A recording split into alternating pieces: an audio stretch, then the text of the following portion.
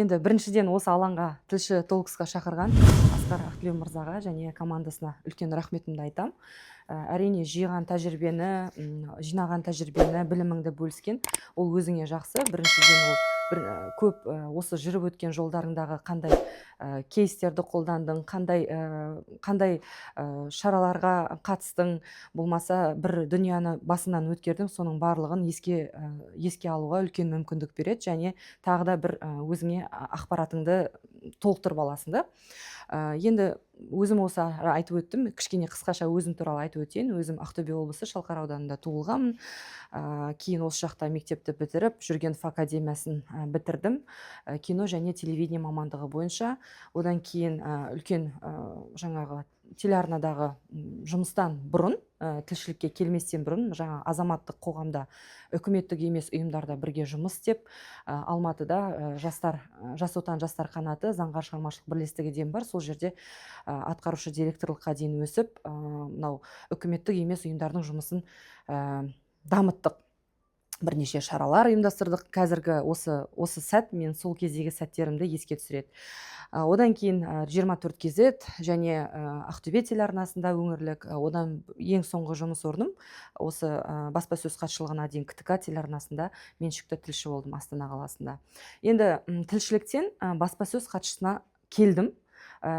Келгенде ол жаңағы біреулер топ етіп түсе қалады, біреулер жаңағыдай біреу шақырғаннан келе салады ғой. Мен армандадым.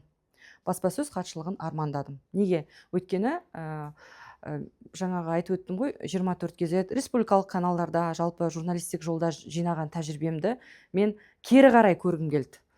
Баспасөз хатшысы ретінде. Яғни қазір мемлекеттік органда, яғни Ақтөбе облысы әкімдігінде жұмыс істей жүріп, мен сол журналистикада істегеніме шүкір етем және рахмет айтам. Яғни мен қалай журналистикада мысалы көп нәрсеге кезігесің ғой. Халықтың тағдырын көресің, мұң-мұқтажын көресің. Соңғы жұмыс орным жаңа КТК телеарнасы дедім. Ол жақта енді кәдімгідей паркетныйда журналист болдық. Далаға шығып алып, қазір мусордың да қасында жүрдік.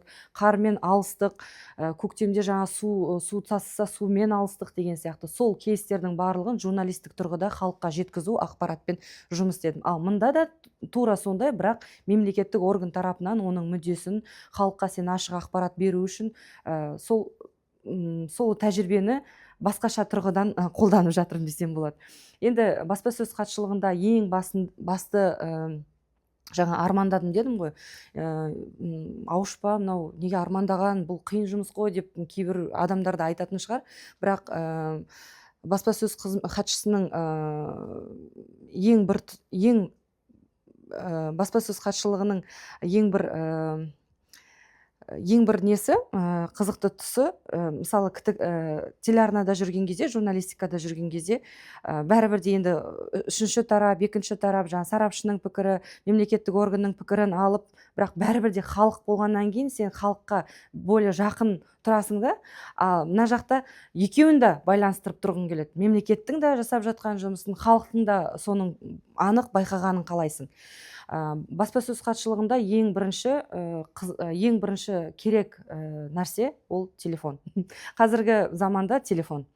Жақсы телефон, сен конвергентті маман болу керексің.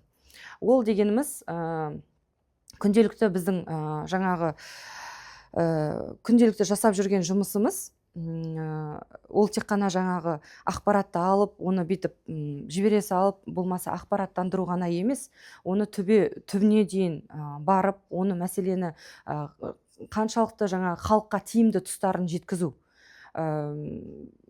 Ойым шашыраңқы болып кетуі мүмкін, сондықтан жаңағы жас келгенімен қарап отырайын.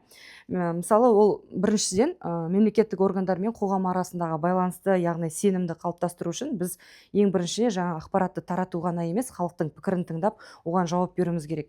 Және де біз ашықтықпен дер кезінде ақпарат жеткізу үшін сенімді қалыптастыруымыз керек. Және де әкімдіктің кез келген шешімі және немесе бастамасы халық үшін халықтың тілінде түсінікті болуы шарт. Екінші, ол ақпараттық ашықтық пен жеделдік. Қазір білесіздер, әлеуметтік желілердің дамыған кезеңі. Біз ақпаратты салып үлгергенше, қазір ананың пікірін тыңдап алайын, қазір мынаның пікірін тыңдап алайын деп жүргенше, әлеуметтік желілерде жазып тастайды, айтып тастайды.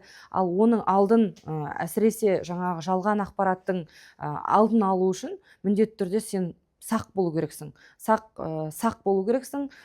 Материалдың алдын ала материалды алдын ала дайындап үлгеру керексің, және сен сол жаңағы ақпараттан, болмаса сол күннің тәртібіндегі сұрақта хабардар болып отыру керексің. Яғни ол енді оны қалай анықтайсың? Ол мониторинг барысында анықталуы мүмкін. Яғни әлеуметтік желілерге шолу жасап отырамыз ғой. Жаңа телефон дедім. Ол телефонды мен шын айтсам 24 сағаттың бір 6 сағатында ұйықтайтын шығармын. Қалған уақытта осы соцсетті қарап отыру, кім не жазды, қандай адам қандай пікір білдірді, комментарий оқу, оның барлығы халықтың көңіл күйін қалыптастырады, яғни күн тәртібін жасап береді.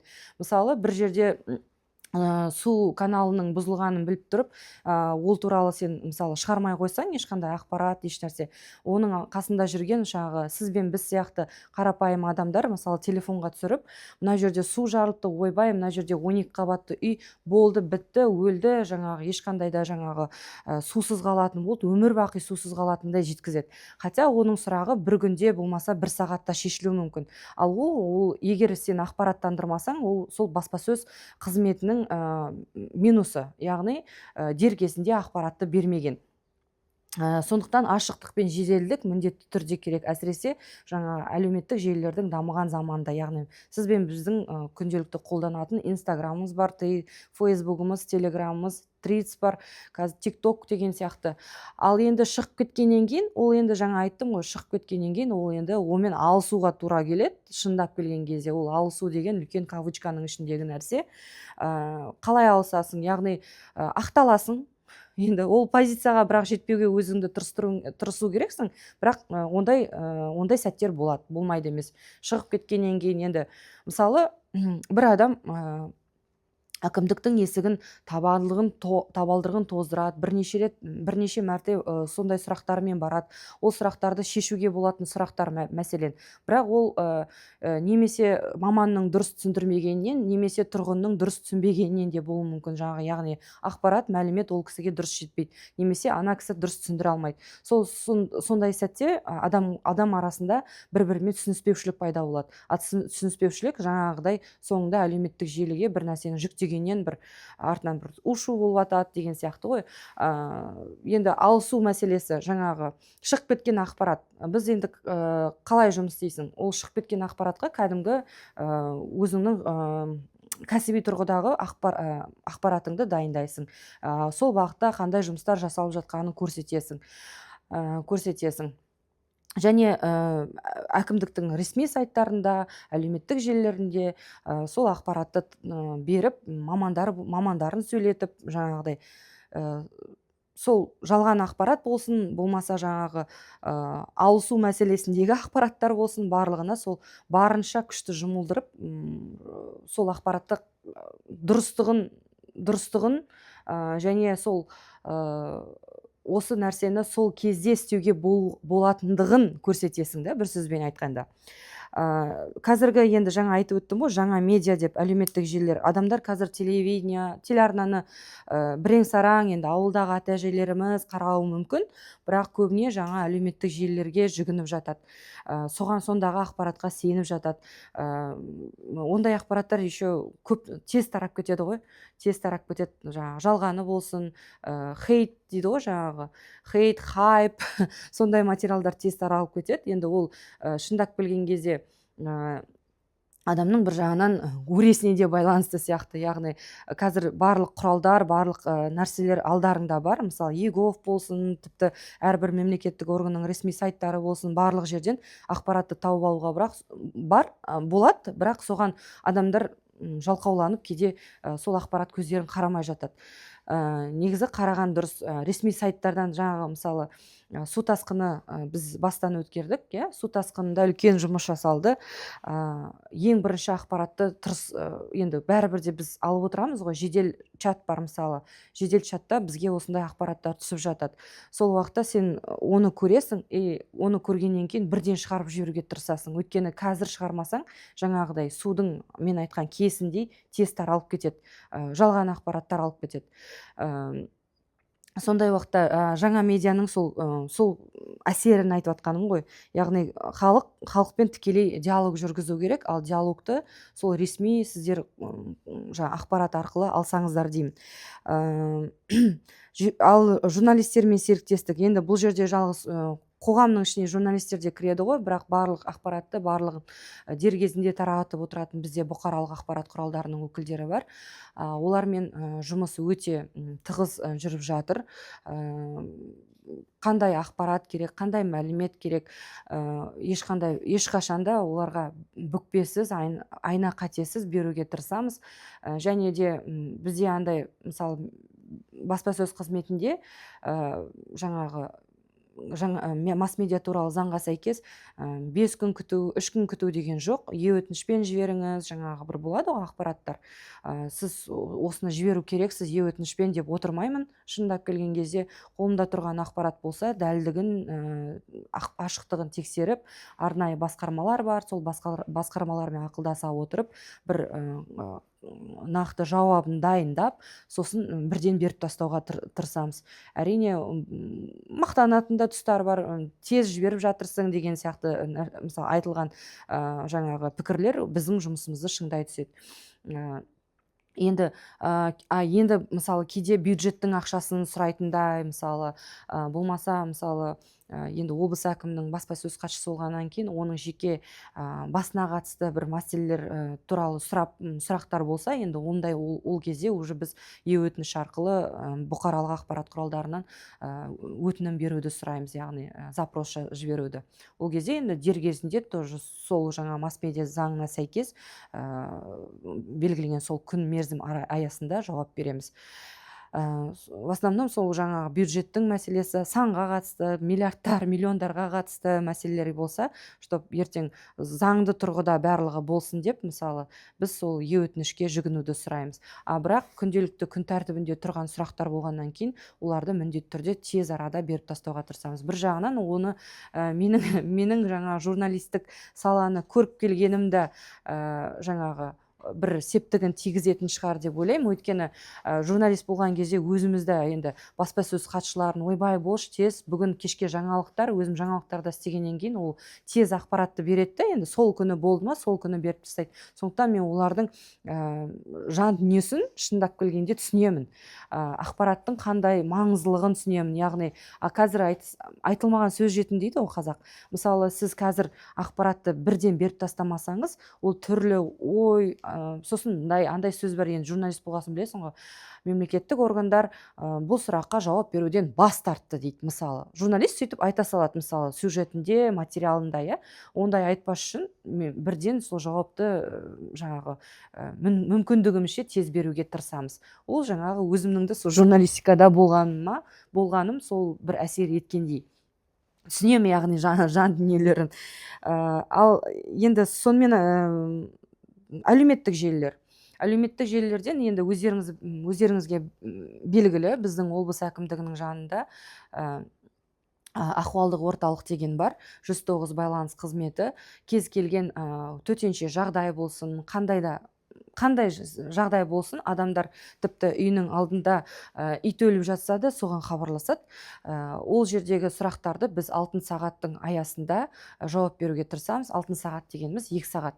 2 сағаттың ішінде барлық мәселені шешуге тырысамыз. Яғни жаңағыдай ит өліп жатыр, болмаса мусор шашылып қалды, соны алмай жатыр, болмаса бір өрт шығып жатыр деген нәрселер, енді жедел жаңағы тез әрекет ететін тақырыптарды, тез әрекет ететін мәселелерді бірден сол 2 сағаттың аясында жауып тастауға, яғни сол мәселені шешіп тастауға жаңағыдай шешіп тастау керек. Біздің алдымыздағы тұрған міндет. Ал ұзақ күттіретін жаңағыдай бір жерде сым үзіліп кетті, болмаса үлкен жаңағыдай су тасқыны сияқты аумақтар болса, олар енді ол 2 сағаттың арасында жауап берілетін мәселе емес. Оны енді жан жақтан мамандар отырып жауап береді.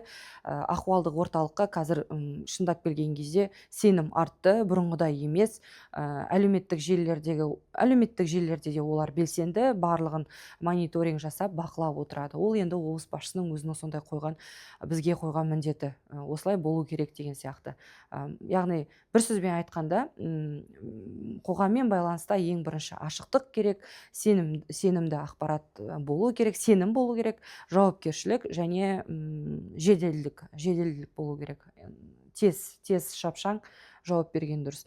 Тағы да сұрақтарыңыз болып жатса, қойсаңыздар болады. Мүмкін тип қашып бүйтіп айтқан сияқтымын, бірақ енді барынша жауап беруге тырысып. Қазір мен өзім айтып өтейін, осы қызметке келген кезде бізде Инстаграмдағы статистикаға да мән береміз. Статистика Телеграмда, Фейсбукта барлығында жүргізіледі. Бұл кез келген жаңағы жазылған комментарийге міндетті түрде сол басқарма болсын жауап беруге тырысады, және өзімізде де бірнеше рубрика бар: басқармамен байланыс, сізден сұрақ, бізден жауап деген сияқты. Яғни ашықтық мәселесі бізде жолға қойылған деп ойлаймын. Сонымен қатар жаңағы Инстаграм туралы, мысалы әлеуметтік желілерде осы қызметке келгенде әдейі қараймын, өйткені өзім СММнен 24 кезетте жұмыс істеп жүрген кезде өткенмін, бұл саланы жақсы меңгергенмін. 135 мың подписчик болды, қазір 145 мыңға жетті. Осы бір айдағы көрсеткіш 15 миллионнан асты. Яғни біздегі барлық ақпаратты, сосын жаңағы тағы бір ақпаратты жан-жақты тырысамыз, және өздеріңіз может көресіздер, көрмейсіздер, андай жалғыз әкімнің баспасөз қызметі деп тек әкімнің ғана қызметін жүрген тұрғанын ғана көрсетпей, облыста болып жатқан барлық ауданды қамтуға тырысып жатырмыз. Және тағы бір айтып өтетіні, біз осы 2024 жылдың 1 қаңтарынан бастап әрбір ауданда бұған дейін баспасөз хатшысы деген мүлдем болған жоқ. Біз баспасөз хатшылығының, баспасөз қызметінің өкілдерін әрбір ауданнан аштық. Яғни ол дәл жаңағы мен айтқан жеделдік, ашықтық біздегі мына отырған меншікті тілшілер болсын, кейде бір оқыс жағдай болған кезде, болмаса бір ауданда шаралар өтіп жатқан кезде, әрине ол меншікті тілшілер болсын, тілшілер жалпы бара алмайды. Ал жаңағы аудандағы біздің өкілдер міндет, мына айфонның құдіреті, айфон болсын жалпы телефонның құдіреті, телевидение форматында барлық видеомен, видео контентпен қамтамасыз етеді, интервьюін жазып береді. Барлығы оқытылды, ара-тұра жаңа квартал сайын оларды оқытып, зуммен болсын, өзіміздің жаңа келіп жатқан жаңа трендтермен болсын үйретіп отырамыз міндетті түрде.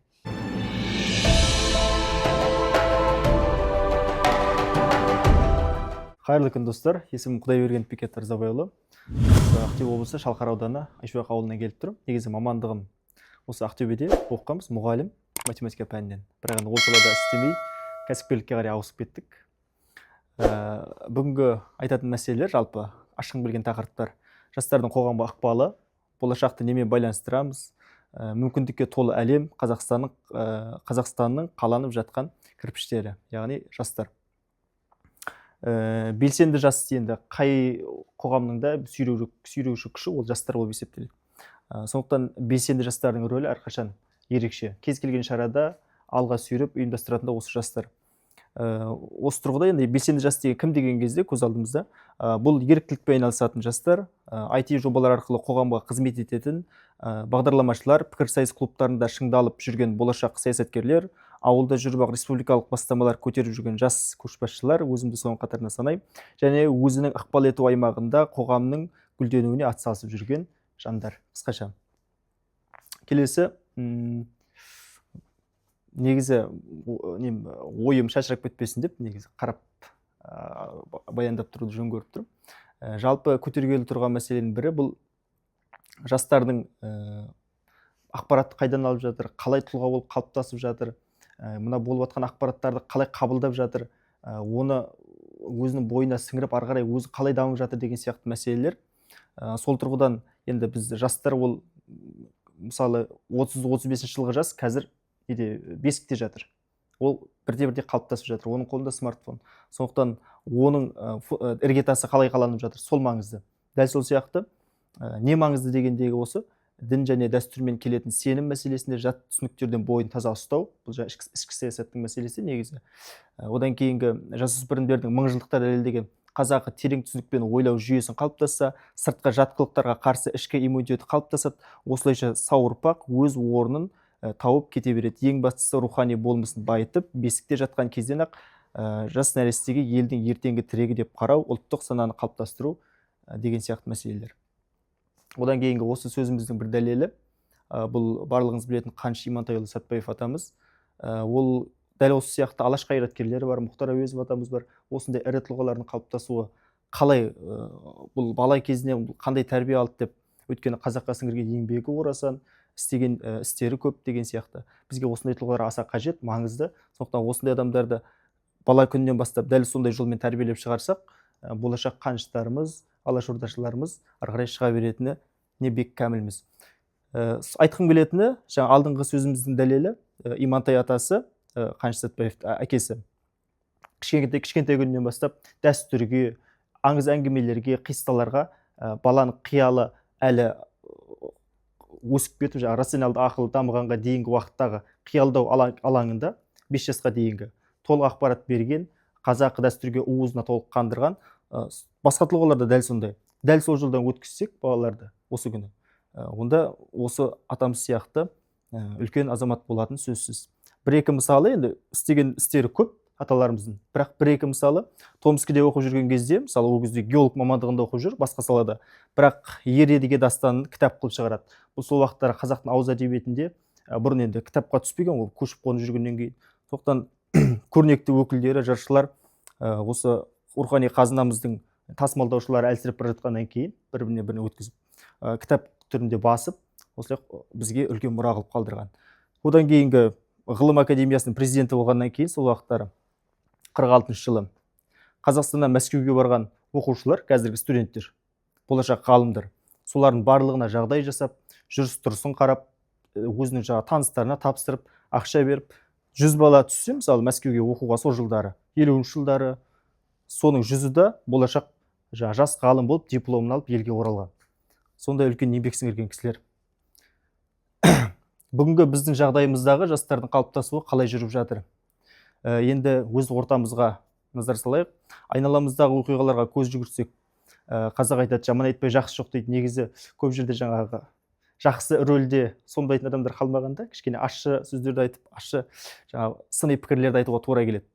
Сондықтан жыл сайын болып тұратын мектеп оқушыларының арасында құқық бұзушылықтар, зиянды әдеттерге әуестік, оқу үлгерімінің күрт түсуі, мысалы аудандық кеңестің мүшесінде бармыз, осы мәселелер жиі көтеріледі. Сондықтан да осы слайдқа кіргізіп жібердім. Енді осының бәрі қаяқтан шығып жатыр? Білім бөлімдеріне бөлініп жатқан қыруар ақша. Мысалы, қазір жайлы мектеп деген бағдарламалар бар. Химия, биология, физика кабинеттері толық жабдықталған.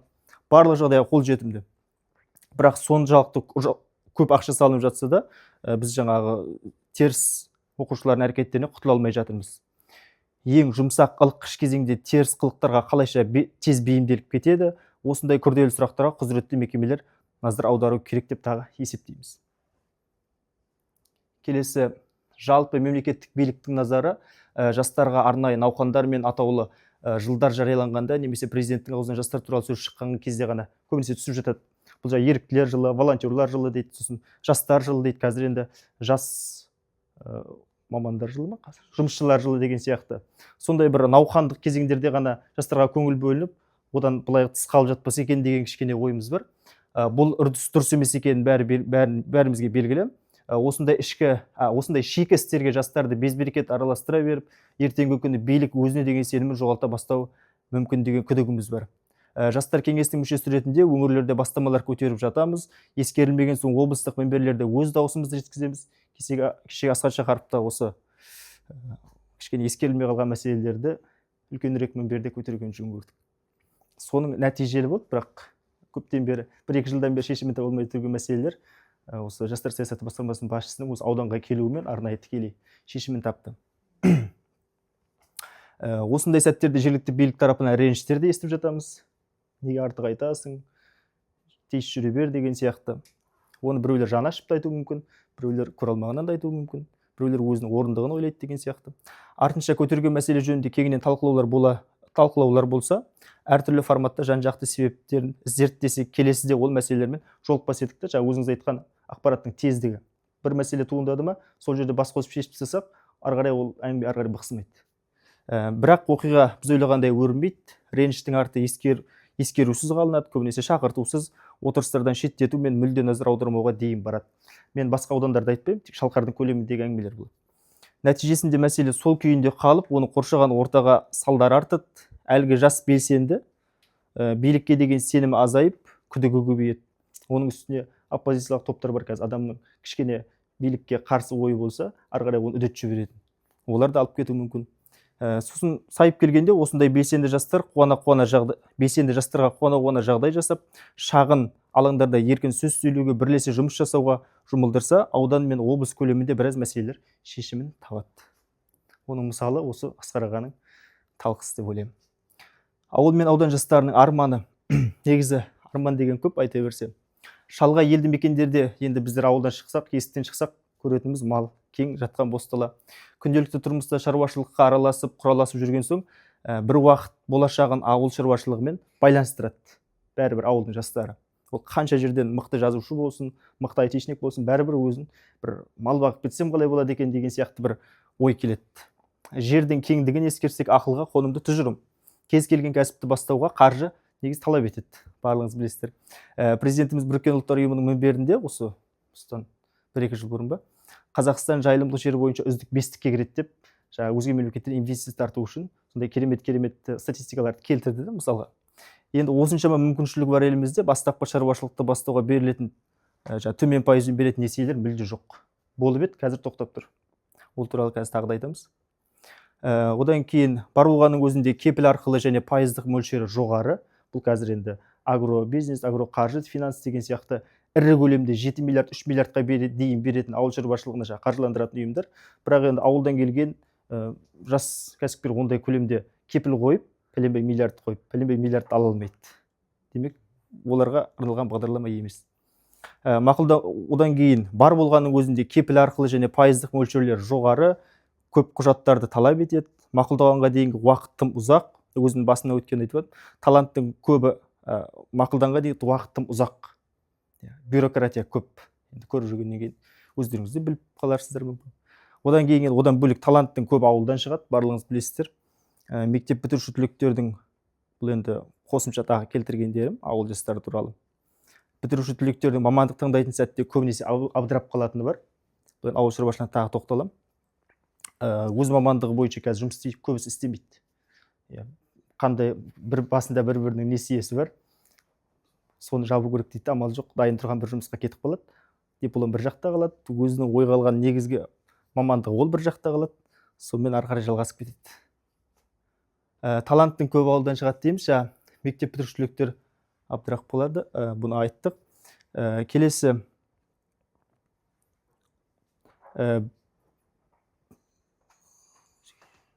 жаңа арманын арға жалғастырайық. Осылай ауылдың арасында сөйлесеміз, қызық, бір-бірімізбен талқылаймыз деген сияқты әңгімелер барысында. Сол уақытта арманын сұраймыз. Бір-бірімізге айтамыз, армандаймыз, отырамыз деген сияқты. Бірақ сол уақытта байқаймыз енді, барлығында да үлкен арман бар ішінде. Мен ауылға мынаны істесем, ананы істесем деген сияқты. Ол жалғыз ауыл шаруашылығында байланысып қалған дүние емес. Одан да бөлек армандар ол мүмкін. Армандау тегін деген сияқты. Сондықтан жаңағы үнемі телевизорды ашсақ, басым бағытты беріп жатады ауыл шаруашылығына. Ел экономикасының драйвері болу керек деп алдыңғы президентіміз айтты. Одан кейінгі президентіміз жаңағыдай деп жатыр, жайылымдық жер бойынша мықтымыз деген сияқты. Бірақ сөз бен іс үйлеспей қалып жатады. Осындай өз кәсібін ашқысы келетін жастар өте көп. Тәуекел етіп бастап жатқандары сол айтқан бірқатар кедергілерге қайта-қайта тап болып жатады. Бір мысал, шағын және орта кәсіпкерлікті дамытамыз деген президент жолдауындағы ұрандар мен ауыл аймаққа жете бермейді. Ауылдың іргесінен бау-бақша егуге, құс өсіруге, қоян өсіруге гектарлап маусымдық жер береді, бірақ сол жерге инфрақұрылым тарту заңдық тұрғыдан ескерілмеген. Ол осы біздің Шалқар ауданында бар мәселе. Бизнес план емес. Сізге бизнес план шағын грант тұры 400 беріп, соны аласыз, бизнес планыңызды көрсетесіз, мына жерге егем деп ауылдың іргесіне бір жерді аласыз, бәрін алып алғаннан кейін енді сол жерге барасыз ғой жұмыс істеуге. Ол жерге сіз тоқ тартуыңыз керек, су шығаруыңыз керек, теплица болса газы бару керек. Соны заңдық тұрғыдан сол жерге жоқ, олар өздері предлагать етеді ғой. Мен мысалы маусымдық агротекім келеді деп әкімдікпен сөйлесеміз әкімдікпен. Жақсы жер берем дейді. Жер берем дегеннен кейін біз оның астарын бәрін зерттемейміз ғой. Ол логикалық тұрғыдан ол жерге су, свет, газ баратын белгілі. Ал жерді алып алғаннан кейін мен өзім басымнан өткен жағдай. Жерді алып алдық, енді сол жерге барып егейін деп, жаңағы тоқтартайын десем, скважина насосқа. Ол жерді мен сатып алуым керек акциямен, аукционмен. 4 гектар жер ол пәленбай миллионға шығып тұр. Қарапайым, мысалы бір маусымдық жер маған 1 жылдан 3 жылға шейін пайдалануға беріледі. Соны арендасын төлеп отырып, басына маған тоғын тартып берсе, счетчиктен төлеймін, ол тоқ тегін пайдаланбаймын. Бірақ сондай заңдық тұрғыдан қарастырмаған. Көрдіңіз, ол жердің техпаспорты болу керек дейді. Техпаспорт болу үшін мен ол жерді сатып алуым керек. Осындай қайшылықтар бар. Жас кәсіпкер осы кедергілердің салдарынан жерді пайдалана алмай отыр, ол өзімді пайдалана алмай отырмын. Өзі енді бастап жатқан жастар үшін әрбір алғашқы кедергі ауыр соққы болып тиеді. Ештеңеге қарамай кәсібін бастап кеткеннің өзінде 3 жылға дейін бәсекеге шыдап тұра алса. Бүгінгі күні шағын несиелерден бөлек қайтарымсыз гранттарға да дәл осы жастарға шектеу қойылып тұр. Одан кейін 100 мыңдаған гектар жерде бұрын миллиондаған қой болса, қазір аудан көлемінде ИСЖ-да тіркелген дерек бойынша қой саны 10 мың басқа әзір жетеді. Бұл Шалқар ауданының өзінде. Осындай жағдай жалғаса берсе, ауыл шаруашылығы күйреп, етті өзге елден сатып алатын жағдайға келуіміз мүмкін бұйыртса, бір 15-20 жылдың шамасында. Одан кейінгі елді мекен арасындағы салынып жатқан жолдардың сапасыздығы, мына жерде негізі туризм туралы айтқым келген. Туризм сала жағынан да біздің ауданымыздың жері үлкен. Байғанинге дейінгі екі орталықта үлкен Шаған деген өзен бар. Соның қапталында үлкен кемерлер бар, Бозжыра сияқты. Ол жерде керемет туристік орталықтарды істеуге болады, болашақтың еншісінде. Бірақ жаңағыдай елді мекен арасындағы жол уақытында бітпейді, бітсе де сапасыз болады. Туристерді келтіруге вид қашырып тұр. Қазір істеліп жатқан жұмыстар. Сондықтан осындай кедергілер бар. Енді басым бағыт беріп осы саланы қолдаса, көрсете алатын табиғатымыз бар. Одан кейінгі ауыл аманаты жобасы, улатып шулатып жатқан 2 жыл бұрын басталған ауыл аманаты жобасына қазір тоқтап тұр. Ал негізі 2009 жылға дейін қаржы береді деп елді сүйіншіледі. Тоқтап тұр. Кеше ғана біз мәслихат депутаты Асқазбек Әлішевпен осы Ақтөбенің депутаты Кәмшат келген кезде апайымыз. Сол уақытта жиналыс болды. Сол жиналысқа қатыстық. Ауыл шаруашылығы өкілдері қатысты. Сол уақытта қосымша 50 миллиард сұрап отырмыз деді. Бір жігіт тұрып сөйледі. Былтыр мақұлдаған несиесіне былтыр мақұлдаған несиесін әлі күнге шейін ақшасын ала алмай отыр. СПК-дан 2,5%-бен алған. Жыл қалам деп. Осы бағдарлама бойынша қаржыландырылған жаңадан кәсіп ашушылар бір жылдың ішінде көптеген кәсіп түрін ашты. Бұл жоба жұмыс жасап тұрған уақытта. Баса өзі 1,5 жылдың ішінде ақшасы бітіп қалды бірақ. Ауыл халқы осы бағдарламалардың жалғасуын күтіп отыр, айта барарсыз. Оның үстіне кең етек жайған жемқорлық жастардың жұмысқа орналасуына да кедергі келтіруде. Кейбір жағдайда пара беріп жұмысқа кіру қалыпты жағдай деп қабылдайтын сәттердің куәсі болып жүрміз. Жасыратын ешнәрсе жоқ. Азаматтық қоғамның алдыңғы шебінде халықты тың идеяларымен алға сүйреуші күшті жастар ғана бере алады. Сондықтан одан қашып керек емес. Осындай жастардың санатын көбейту үшін мемлекеттік қызметкерлер шынайы ықыластық танытып, өзіне тартуы керек деп есептейміз. Айналып келгенде орнын басып, елдің ары қарай жоғын түгендейтін осы жастар, сондықтан еліміздің жастарының атын жыл сайын шығарып отыру аса маңызды. Одан кейін қысқаша айтып жібергім келеді, мамандықтар дұрыс таңдамайды деген сияқты. Енді қазір мен өзім ойлаймын, жібі түзу министрдің біреу осы жоғарғы білім және ғылым министрі, кім? Саясат Нұрбек ағамыз. Өйткені өзі BTS Education деген жеке компанияда осы жаңа мамандықтар атласы мен құзыреттіліктер туралы терең зерттеді. Жаңағы зейнетке шығатын мамандықтар, жаңадан пайда болатын мамандықтар, формацияға түсетін мамандықтар деген сияқты. Соның бәрін зерттей келе осы бағдарламаны ұсынды. Бұл бойынша бізде Хромтауда колледж бар екен. Пилоттық жоба есебінде басталған. Бердібек Сапарбаевтың кезінде. Осындай керемет жаңағы нелер бар. бағдарламалар бар, бірақ таныстыратын адам жоқ. Мектепте болсын, осындай жастардың кеңесінде болсын, осы туралы айтылмайды. Одан кейін жастардың кітап оқуға деген құмарлығы бұл тағы түсіп кетті. Дәстүрлі жыр, дастандар, аудио әңгімелер, насихаттау, рухани жағдай, сол рухани жаңғыру қалай бітті, сол күйінде басылып қалды. Қысқаша осы, еліміздің болашағы біздің қолымызда.